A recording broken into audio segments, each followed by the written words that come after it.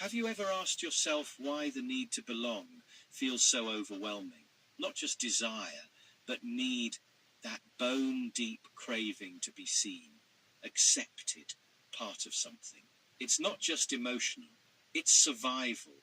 The brain is wired to interpret rejection as danger.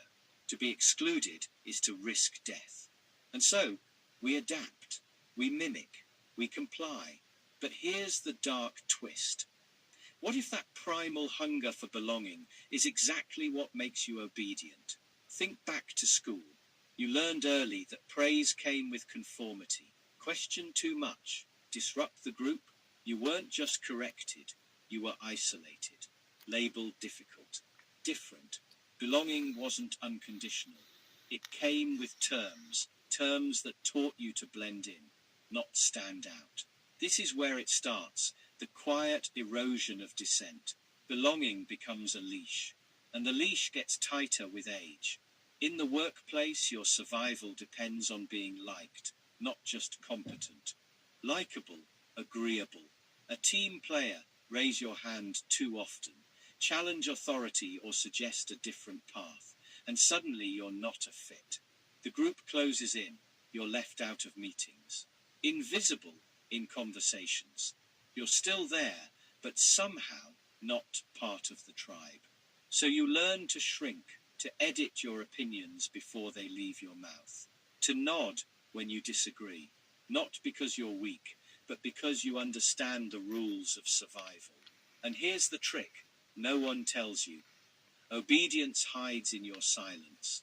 But it's worse than that, because over time, the line between belonging and obedience begins to blur, and you don't even see it happening. You think you're being loyal, supportive, cooperative, but what you're really doing is sacrificing autonomy for acceptance. You're choosing not to speak, not to resist, not to stand out, because you fear the cost of exclusion more than the cost of submission. And this is the part that should scare you. You don't just obey others, you start obeying yourself. Your inner voice becomes a filter, screening out anything that could threaten your place in the group. You become your own enforcer, preemptively erasing your real thoughts before anyone else ever hears them. And society rewards you for it. It praises your professionalism, your maturity, your ability to keep the peace. But beneath that praise is a terrifying truth. You're not being celebrated for who you are. You're being rewarded for how well you disappear. This is how systems maintain control, not through overt force, but through psychological conditioning. They don't need to silence you directly if you've already silenced yourself. Look at religion. Look at politics. Look at culture. Belonging always comes wrapped in expectation.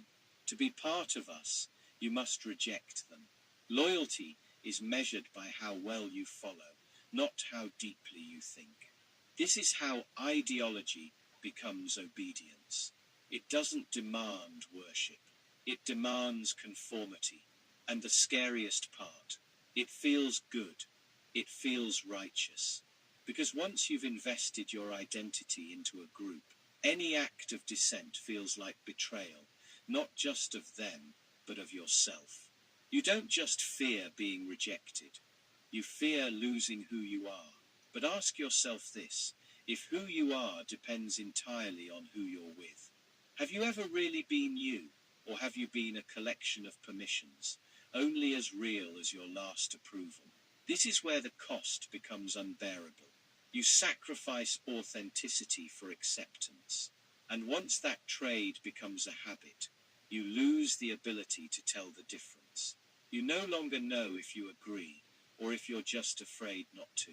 You no longer ask what's right, only what's acceptable. Belonging becomes the cage you built yourself. So how do you escape it? By learning to separate connection from control, by understanding that true belonging doesn't demand your silence.